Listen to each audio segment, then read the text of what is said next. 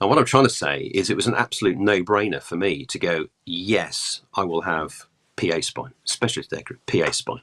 Yes, please. Because there were huge financial implications. Your pension's affected and all sorts of really good stuff goes on when you start being paid on the PA spine. Fundamentally, your entire income is pensionable. And I just went, well, in order to glean that pension, you have to do 5 years as PA spine. Well, I'd asked for a 4-year extension, so it was a no-brainer for me to go, well, an additional year, 5 years. I asked for 4 in the first place. 5 years, bing, the pension kicks in, Nice. So I said, I'll have it, simple as that. Oof, right. And I could just breathe again and go, right, I've got 5 years now of time to do something with. Didn't know what it was at the time. Jackie was still very, very poorly. So I just said to her, I was just doing my desk job. And then about a week later, the phone goes again, and they said, we need a QFI, qualified flying instructor. And I went, oh, here we go. They're going to post me away from Boscombe. They're going to sort of post me either back to the Tucano or, back to, well, at that point, I could pull G because in the summer of '08, I'd asked the system to reevaluate my neck. I'd done centrifuge training and gone through a complete assessment. So I'd got my G limit back. And I'd done that because I wouldn't have been able to do it having left the service. There's no way, short of throwing a lot of money at it, you're going to get access to a centrifuge as a civilian. So I said, look, can I just see what my neck can do? And I'd done that in the previous summer. So it was on my, on my documents that, right, Matt can pull, unrestricted G again. So the phone goes and they say, we need a qualified flying instructor. And I go, oh, crikey, it's Anglesey, they're going to post us. Yeah. And I said, well, go on, go ahead. Well, it's actually up the hill, as in at Boscombe Down.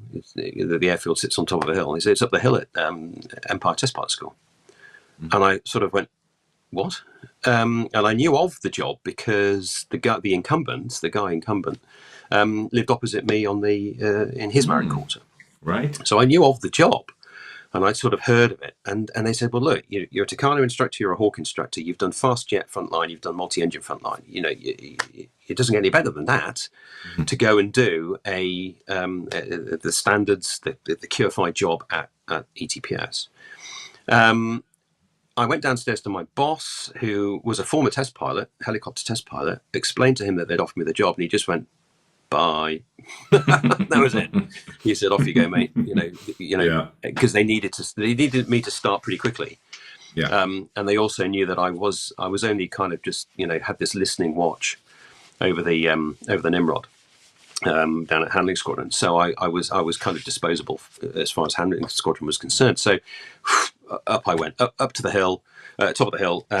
Met the guy who was doing the job at the time, had a quick chat, and I said, I think I'm taking over from you. And he goes, oh, brilliant, because I'm off to Brunei to go and fly for the Sultan.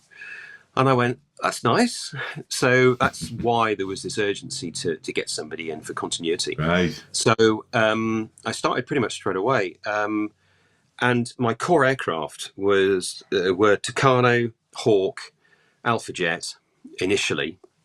Now, obviously, I'd flown the Hawk and the Tucano and the Hawk before. So I drove myself up to Linton on Ouse, got into the cockpit trainer, relearned the checks, got into the simulator, got airborne enough for them to say, yeah, brilliant, you're qualified, you can go solo again. Didn't need to go solo, but right, you've met solo standard. Came back down to Boscombe Down, then flew the Tucanos, the school Tucanos, for the rest of my sort of conversion and rest of it. Did exactly the same with the Hawk up at Valley, went up there, flew in the simulator, got myself current, came back, did more flying down at Boscombe Down, and then did an Alpha Jet conversion. Now, there's no simulator, or there was no simulator in the UK. The simulator was in Portugal. So it's not like I got on an aeroplane and went down to Beja, south of Lisbon. We could forego the simulator. It literally said, right, next time the school goes to the simulator, which at that time was the beginning of each year, around about sort of January, February time, you'll go with them next time around. So we'll just do all your simulator stuff airborne as much as we can. I mean, you can shut an engine down in an Alpha Jet airborne, of course you can, because it's got two. So we could do engine shutdown relight, all that sort of stuff. Certain things we couldn't do, but in the end, you've got a checklist. And when you, this was the big learning point for me when I went to the school, is you approach multi-typing in a vastly different way than just flying one type of aeroplane. So I knew the Harrier inside out, the Hawk, the Tucano. In isolation, I knew those aircraft really, really well. I'd been through ground school. I'd been through simulator training. Obviously, I'm flying it on a daily basis. But when you are flying a Tucano in the morning, having your lunch, and then flying an Alpha Jet in the afternoon, there's a difference there, and you can fall into so many different traps.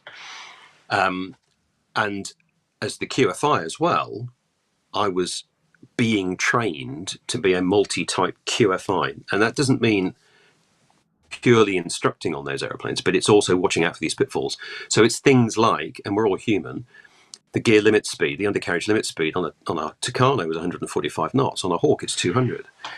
So you could quite easily have somebody, and I did quite easily have somebody downwind in the visual circuit in a Tucano, and he says below 200, and you go, oh, he's running the Hawk checks in his head, not the Tucano checks, because he just happens to have, maybe you flew the Hawk in the morning, and that's just one pitfall. I mean, dare I say it, there are countless others, but that would be, quite an eye opener when somebody tries to do that. So you fly with your hand under the gear handle, and you just go, right, please say below 145. Yep, brilliant, right, here's yours. And that sort of thing. But certainly multi-typing, from my perspective, I hadn't really done it before. I'd certainly not to the degree I was expected to do it at the school. So I'd flown things like small single engine piston stuff on the side whilst at Bryce Norton, for instance. But the meat of what I was doing was flying the C-17. So there's little chance for things to creep in and get in the way. You operate a C-17, multi-crew, all that sort of good stuff, and you're doing it 99.9% of your flying life. That 0.1% happens to be a single engine piston, at the flying club. Less chance of falling over and running a wrong checklist, for want of a better phrase.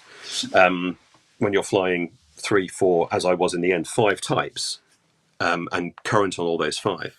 So in due course, they converted me to the Andover. So I was the last Air Force chap to convert to the Andover before it went out of service. So converted to the Andover.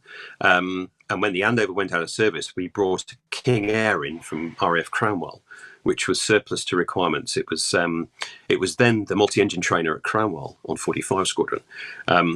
And we were trying to decide down at Boscombe what to replace the Andover with. And as a stopgap, we had 2 years of King Air. So I wrote the syllabus for the King Air conversion, which we would ultimately use in-house, and then took that syllabus up to Cranwell and used it. And it had all been underwritten by my group captain, head of test and evaluation for the whole UK. He underwrote the syllabus that I had written